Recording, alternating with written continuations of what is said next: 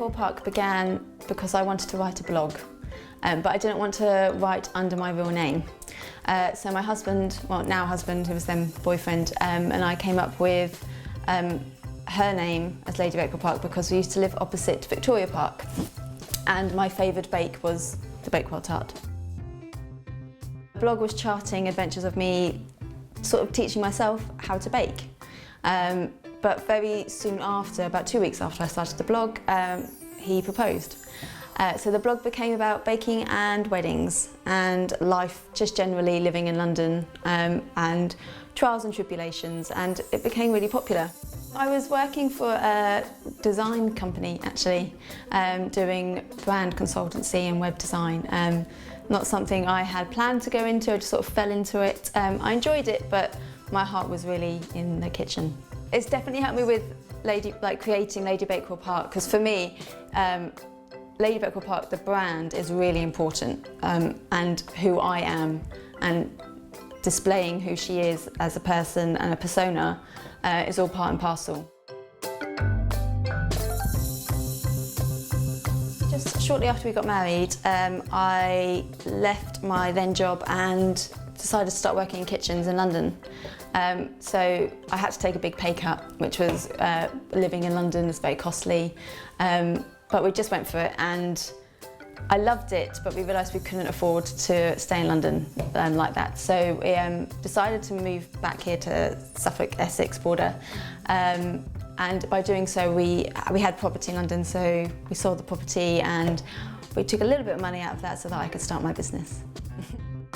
Actually, the reason I went into baking was mostly because of my mum, because I would bake with my mum, which I think is why there's that sort of, I try and keep a homely feel to the baked goods.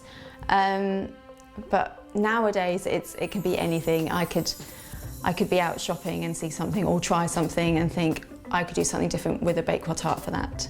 I think I like to eat in small sizes, and I think that's why I specialised in petit fours, because I enjoy having just a little sweet treat.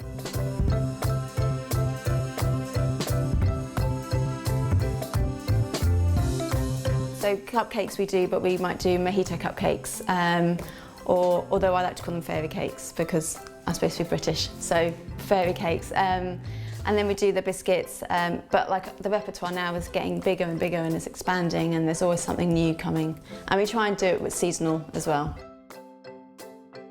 I use social media a lot.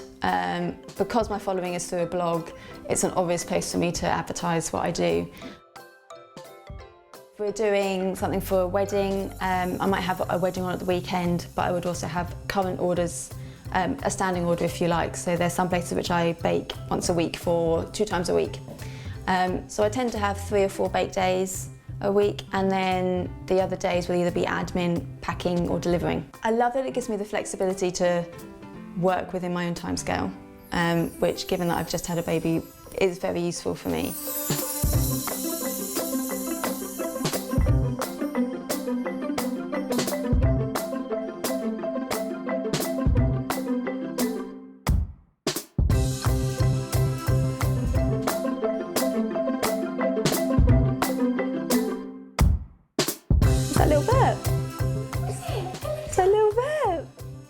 Sometimes I am actually baking with baby like this, doing stuff one-handed, challenging but not impossible.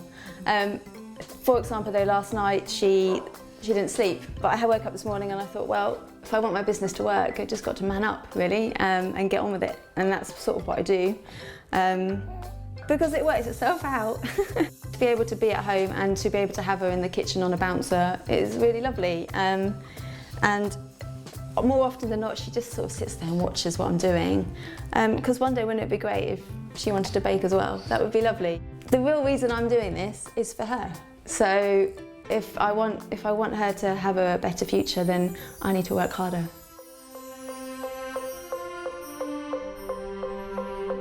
So first and foremost, you need support. You need people that are going to support you 100%. But not only support you, but question you. Give you constructive criticism. You need that around you, because when you're in it, you can't see out of it. Even, you know, Bakewells, which I'm supposed to be a dab hand at, they can go wrong. Like, everything can go wrong.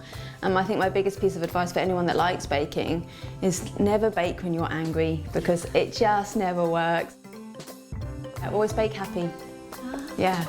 Bake happy. Or eat your hand, one or the other.